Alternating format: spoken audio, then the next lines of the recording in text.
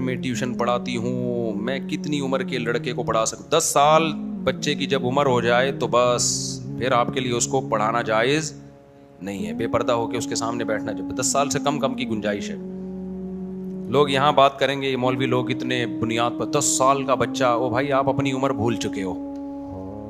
انسان جب 10 سال کا ہوتا ہے نا، اس میں بھرپور خواہشات پیدا ہو چکی، بالغ نہیں ہوتا وہ، لیکن خواہشات بھرپور طریقے سے پیدا ہو چکی ہوتی ہیں، اور اسی عمر میں لڑکے بگڑتے ہیں 9-10 سال کی عمر میں، جن کو ہومو سیکسولیٹی کی عادت پڑتی ہے، محرم رشتوں سے سیکس کی عادت پڑتی ہے، اور زنا کی طرف جاتے ہیں، ماں باپ کی طرف سے روک ٹوک نہیں ہوتی، احتیاطیں نہیں ہوتی۔ تو جس کی بھی آپ ہسٹری میں جاؤ گے نا، وہ بتائے گا کہ میں 9-10 سال کی عمر میں بگڑنا شروع ہوا تھا۔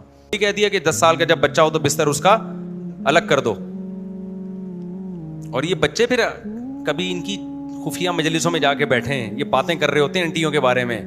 اسکول میں جاؤ ذرا، 9 سال 10 سال کے بچے ایسی گندی باتیں کرتے ہیں، آپ بولو گے یار یہ بچے ہیں کیا ہیں یہ؟ تو اور آج کل کا بچہ وہ تو 6 سال میں جو ہے نا 10 سال کا ہو جاتا ہے۔ آپ کے بیان میں سنا تھا کہ سر ڈھانپنا چاروں ائمہ کے نزدیک فرض ہے، اور جہاں فتنے کا اندیشہ نہ ہو وہاں چہرہ چھپانے میں رعایت ہے۔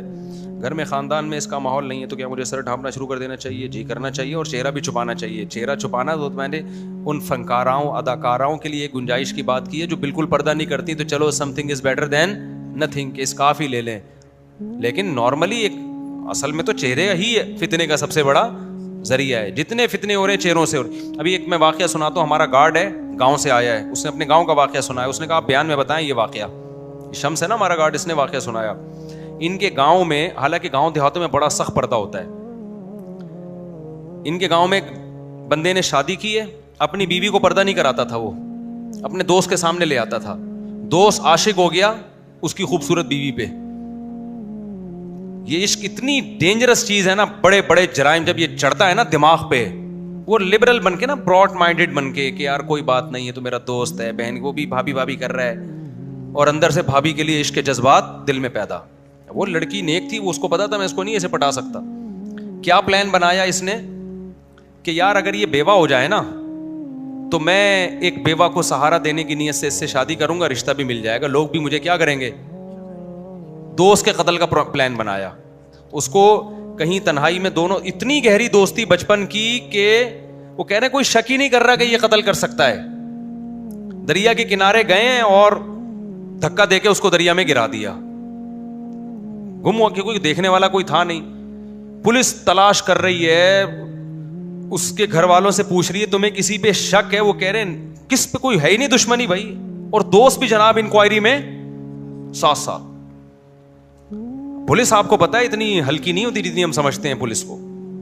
پولیس نے کہا بھائی پوری انکوائری کی تو اس کے ساتھ نکلا تھا، رشتہ دار کہہ رہے بھائی یہ ہو نہیں سکتا، یہ بچپن کا دوست ہے، بڑا قریبی ہے، لیکن یہ عشق کا بھوت نا، قابیل نے حابیل کو نہیں قتل کر دیا تھا اپنے بھائی کو، بہت خطرناک بھوت ہے۔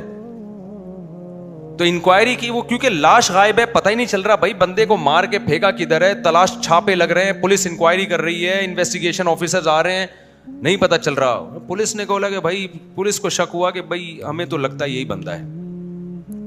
پھر جب پوری انکوائری ہوئی نا، تو پھر جب اس کو اٹھایا ہے تو نتیجہ یہی نکلا، ثابت یہی ہوا، اس نے اقرار کیا پھر کہ لے کر گیا ہے اور دھکا دیا، پھر دریا سے اس کی لاش نکلی کہیں دور جا کے۔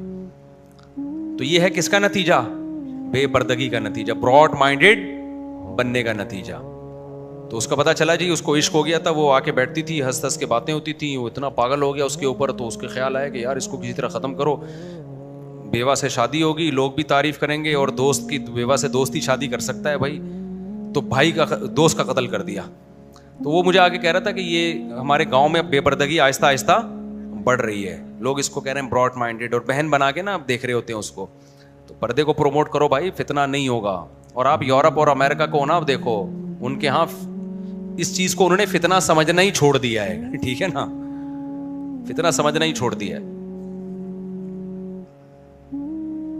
اچھا، پردے میں ایک بڑا فائدہ یہ بھی ہے کہ جب لوگ شادی کرتے تھے اپنی بیوی کو چھپاتے تھے، تو بعض دفعہ بصورت عورت سے بھی لوگ شادی کر لیتے تھے، کیونکہ فیس بک پہ تو ڈالنا نہیں ہے اس کو، صحیح ہے نا، دنیا کو دکھانا نہیں ہے. آپ کا دل کسی پہ آ گیا, بعض دفعہ وہ اٹریکٹیو دوسروں کے لیے نہیں ہوتی, آپ کے لیے ہوتی ہے. وہ کسی بیوہ پہ دل آ گیا, کسی بھاری بھرکم عورت پہ, یہ ہوتا ہے, یہ مرد کے ساتھ ہوتا ہے. یہ کوئی اور مصلحت ہے تو پردے میں تھی, پردے میں رخصت ہو کے گھر آ گئی, آپ کے دوستوں نے نہیں دیکھی, کوئی تبصرہ نہیں کرے گا.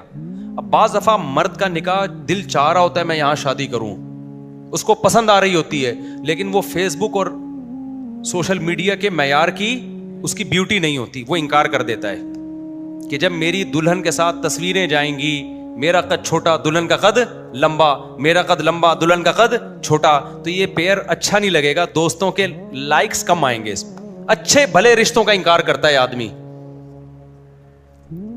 تو پردے میں اللہ نے عورت کا بڑا فائدہ رکھا ہے. بھائی تیری بیوی تجھے پسند ہے, تو کیوں دوستوں کو دکھا رہا ہے؟ برقع پہنا, اس کو اپنے گھر میں لا کے اپنی عزت کو اپنے گھر میں بٹھا. تجھے پتا ہے, تیری بیوی کو پتا ہے کون کیسا ہے, چھوڑ دے اس بحث کو. اور باپ وغیرہ جو ہے نا, جن سے پردہ نہیں ہے عورت کا سسر سے, ان کو اس میں دلچسپی نہیں ہوتی زیادہ. وہ تو گھر کی بہو ہے, تو وہ تو پھر بہو جب بن گئی تو پھر تو ان کی عزت ہے نا. وہ دوستوں کے لیے کیا ہے, وہ تبصرہ کر رہے ہوتے ہیں دوست. تو اس لیے بھائی یہ پردے میں اللہ نے عورت کا بھی فائدہ رکھا ہے, مرد کا بھی فائدہ رکھا ہے, آپ کی بیٹیوں کا بھی فائدہ ہے. آپ کی بچیوں میں ساری تھوڑی خوبصورت ہوں گی, لیکن جب آپ کی بچی سے کوئی شادی کر کے اس کو فیس بک پہ ڈالے گا, آپ کو پتا ہے, تو پھر وہ آپ کی بچی اگر تھوڑی سی بھی شکل دبی ہوئی ہے, وہ اس سے شادی نہیں کرے گا. کیونکہ دوست پوچھیں گے ہماری والی دیکھ لی, اپنی والی کیوں نہیں دکھا رہا, تو وہ کہے گا یار وہ دکھانے کے قابل نہیں ہے. ٹھیک ہے نا, مجھے پتا ہے لوگوں, ہمارے 2007 میں ایک دوست نے شادی کی, ان کسی کو پتا نہیں ہوگا کس کی بات کر رہا ہوں, ان کو بھی نہیں پتا چلے گا. تو شادی جب ہوئی ہے نا, تو وہ اپنی بیوی کی دنیا کو دکھا رہے ہیں نا دوستوں کو, کیونکہ سب دوستوں نے دکھائی ہے, وہ بھی دکھا رہے ہیں. وہ شکل اچھی نہیں تھی اس کی, تو اس کے سامنے تو لڑکے کہہ رہے ہیں ابے ماشاء اللہ بھابھی بڑی پیاری ہے, میں نے نہیں دیکھی. مجھے پھر آ کے کہنے لگے وہ دوست, بالکل مفتی صاحب کسی کام کی نہیں ہے, پتہ نہیں کس سے کس کو اٹھا کے لے آیا.